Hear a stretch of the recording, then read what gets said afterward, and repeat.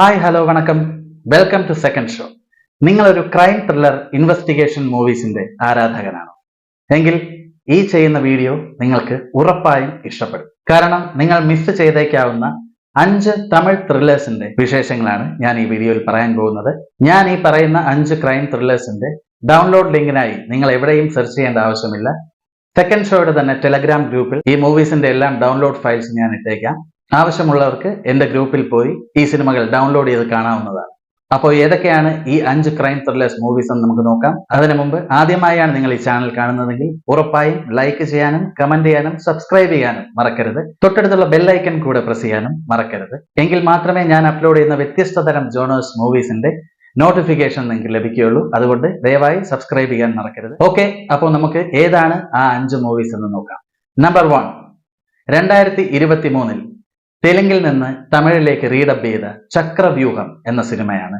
വളരെ മികച്ച ട്വിസ്റ്റുകൾ ഉൾപ്പെടുത്തിക്കൊണ്ടുള്ള ഒരു സീറ്റ് എഡ്ജ് ത്രില്ലർ എന്ന് തന്നെ നമുക്ക് ഈ ചക്രവ്യൂഹം എന്ന സിനിമയെ പറയാനായിട്ട് കഴിയും. സിനിമയുടെ ഒരു പ്ലോട്ടിലേക്ക് കടന്നു കഴിഞ്ഞാൽ, കൺസ്ട്രക്ഷൻ ഫീൽഡിൽ ജോലി ചെയ്യുന്ന സഞ്ജയ് എന്ന ഒരു കഥാപാത്രം, അദ്ദേഹം ചില പാർട്ടികളിലൊക്കെ പങ്കെടുത്ത ശേഷം വീട്ടിലേക്ക് വരുമ്പോൾ കാണുന്നത് അദ്ദേഹത്തിന്റെ ഭാര്യയെ വളരെ ദാരുണമായി ആരോ കൊലപ്പെടുത്തിയ ആ രംഗമാണ്. തുടർന്ന് ഈ ക്രൈം അന്വേഷിക്കാനായി സത്യ എന്ന നമ്മുടെ കഥാനായകൻ എത്തുകയും സത്യയുടെ തുടർന്നുള്ള കേസ് അന്വേഷണവും അതിലെ ഗംഭീരമായ ട്വിസ്റ്റുകളുമാണ് ഈ സിനിമയിൽ തുടർന്ന് സംസാരിക്കുന്നത്. ആദ്യ അവസാനം വരെയും വളരെയധികം ട്വിസ്റ്റുകൾ നിറഞ്ഞ അതായത് ഈ ഇൻവെസ്റ്റിഗേഷന്റെ ഇടയ്ക്ക് ഈ ഭർത്താവ് തന്നെയാണോ ഭാര്യയെ കൊലപ്പെടുത്തിയത്, അല്ലെങ്കിൽ അദ്ദേഹത്തിന്റെ സുഹൃത്താണോ ആ പെൺകുട്ടിയെ കൊന്നത് എന്നൊക്കെ ഉള്ള ആ ഒരു പോലീസ് ഓഫീസറിന്റെ വ്യത്യസ്തമായ പെർസ്പെക്റ്റീവിൽ നിന്നുള്ള ഒരുപാട് അന്വേഷണങ്ങളാണ് ഈ സിനിമയിൽ പറയുന്നത്. സിനിമയുടെ അവസാനം കില്ലർ ആരെന്ന് കണ്ടെത്തുന്ന ആ ഒരു മൊമെന്റിൽ ഗംഭീരമായ മറ്റൊരു ട്വിസ്റ്റ് കൂടെ ഇതിന്റെ സംവിധായകൻ ഉൾപ്പെടുത്തിയിട്ടുണ്ട്. വളരെ മികച്ച ഒരു ട്വിസ്റ്റ് ആയിരുന്നു അത്. 2023 ഇറങ്ങിയ ഈ ചക്രവ്യൂഹം എന്ന ചിത്രം തെലുങ്കിൽ തന്നെ IMDb റേറ്റിംഗ് 10ൽ 7 ലഭിച്ച ഒരു ചിത്രമാണ്. അപ്പോൾ തീർച്ചയായും ട്വിസ്റ്റുകൾ നിറഞ്ഞ ഒരു ഇൻവെസ്റ്റിഗേഷൻ ത്രില്ലർ ഇഷ്ടപ്പെടുന്ന ഒരു പ്രേക്ഷകനാണെങ്കിൽ ഉറപ്പായും നിങ്ങൾക്ക് ഈ ചിത്രം കാണാവുന്നതാണ്. അടുത്ത സിനിമ ഏതാണെന്ന് നോക്കാം. നമ്പർ 2, സരഭം. 2014 റിലീസായ സരഭം എന്ന ചിത്രമാണ്. ഒരു good time pass thriller movie എന്നൊക്കെ വിളിക്കാൻ കഴിയുന്ന ഒരു ചിത്രമാണ് ഈ സരഭം. കഥയുടെ ഒരു പ്ലോട്ടിലേക്ക് കടന്നു കഴിഞ്ഞാൽ, ഒരു വലിയ ബിസിനസ്സുകാരന്റെ മകളായ ഒരു പെൺകുട്ടി ഒരു ദിവസം ഒരാളെ അപ്പോയിന്റ്മെന്റ് ചെയ്യുകയാണ്. അതായത് തന്നെ കിഡ്നാപ്പ് ചെയ്ത് ഒളിപ്പിച്ച ശേഷം തന്റെ അച്ഛന്റെ കയ്യിൽ നിന്നും ഒരുപാട് കാശ് വാങ്ങാം എന്നൊക്കെ പ്ലാൻ ചെയ്തിട്ട് ഒരാളെ അപ്പോയിന്റ്മെന്റ് ചെയ്യുകയാണ്. അങ്ങനെ ആ വന്ന ആൾ കിഡ്നാപ്പ് എല്ലാം പ്ലാൻ ചെയ്തു.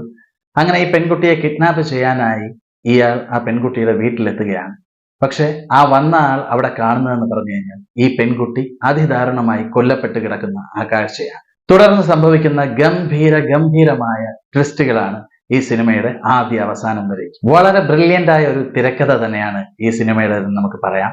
അതുപോലെ ഒരു മികച്ച ഡിറക്ഷനും ഈ സിനിമയുടെ ഒരു മുതൽക്കൂട്ട് തന്നെയാണ്. 2024 നിന്ന് 2014 നോക്കുമ്പോൾ ഒരുപക്ഷെ നമ്മളുടെയൊക്കെ മനസ്സിൽ തോന്നാം, 2014 ഇറങ്ങിയ ഒരു മൂവിയിൽ അത്രയധികം ട്വിസ്റ്റുകളോ അത്രയധികം നമ്മളെ വിസ്മയിപ്പിക്കുന്ന കാഴ്ചകളോ ഒക്കെ ഉണ്ടോ എന്നൊരു സംശയം നമുക്ക് പലർക്കും തോന്നിയിരിക്കാം. എങ്കിൽ പോലും ആ ഡിറക്ഷന്റെ മികവും ആ തിരക്കഥയുടെ ആ ഒരു ജേണിയും നമ്മളെ അതിഗംഭീരമായ ത്രില്ലിംഗ് മൊമെന്റ്സിലേക്ക് തന്നെ കൊണ്ടുപോകുന്നു എന്നുള്ളതാണ് ഈ സിനിമയുടെ സവിശേഷത. അതുകൊണ്ട് തീർച്ചയായും 2014 ഇറങ്ങിയ ഒരു മൂവി എന്ന് കരുതി നിങ്ങൾ ആരും ഇത് കാണാതെ പോകരുത്. ഒരു മസ്റ്റ് വാച്ച് ത്രില്ലർ മൂവി എന്ന് തീർച്ചയായിട്ടും പറയാൻ കഴിയുന്ന ഒരു ചിത്രമാണ്. അപ്പോൾ ഇനിയും സരഭം എന്ന ഈ ചിത്രം കാണാത്തവരുണ്ടെങ്കിൽ ഉറപ്പായും നമ്മളുടെ ടെലഗ്രാം ഗ്രൂപ്പിൽ പോയി അത് ഡൗൺലോഡ് ചെയ്ത് കാണാവുന്നതാണ്. അപ്പോൾ അടുത്ത ചിത്രത്തിലേക്ക് കിടക്കാം. നമ്പർ 3, 2016 റിലീസായ കുട്രമേ ദണ്ഡനൈ എന്ന ചിത്രമാണ് 3ാം സ്ഥാനത്തുള്ളത്. കാക്കമുട്ടായി എന്ന സിനിമയുടെ സംവിധായകൻ മണികണ്ഠൻ എന്ന ഡയറക്ടറുടെ one of the best movie എന്ന് പറയാൻ കഴിയുന്ന ഒരു ചിത്രമാണ് കുട്രമേ ദണ്ഡനൈ. വിദ്യാർത്ഥാണ് ഇതിലെ നായക കഥാപാത്രത്തെ കൈകാര്യം ചെയ്തിരിക്കുന്നത്. കഥയുടെ ഒരു പ്ലോട്ടിലേക്ക് കിടക്കുകയാണെങ്കിൽ, നമ്മുടെ കഥാനായകന് ടണൽ വിഷൻ പ്രോബ്ലം ഉള്ള ഒരു വ്യക്തിയാണ് നമ്മളുടെ കഥാനായകൻ. അതായത് ഇങ്ങനെ ഒരു ടണലിലൂടെ നോക്കിയാൽ നമുക്ക് എങ്ങനെ കാണാൻ കഴിയും, അത്തരത്തിലുള്ള ഒരു പ്രശ്നമുള്ള ഒരാളാണ് നമ്മളുടെ കഥാനായകൻ വിദ്യാർത്ഥ്. അദ്ദേഹം ഏതോ ഒരു ഇൻഷുറൻസ് കമ്പനിക്ക് വേണ്ടി കളക്ഷൻ ഏജന്റ് ആയിട്ട് വർക്ക് ചെയ്യുന്ന ഒരാളാണ്. അങ്ങനെ അയാളുടെ ജോലിയുടെ ഭാഗമായി ഒരു ദിവസം കാശ് പിരിക്കാനായി ഒരു വീട്ടിലേക്ക് ചെല്ലുകയും അയാൾ പെട്ടെന്ന് കാണുന്ന ഒരു കാഴ്ച എന്ന് പറഞ്ഞു കഴിഞ്ഞാൽ അതിദാരുണമായി ഒരു പെൺകുട്ടി കൊല്ലപ്പെട്ട് കിടക്കുന്ന ഒരു കാഴ്ചയാണ് അയാൾ കാണുന്നത്. കൊലപാതകി തന്റെ കൺമുമ്പിലൂടെ രക്ഷപ്പെട്ടു പോവുകയാണ്.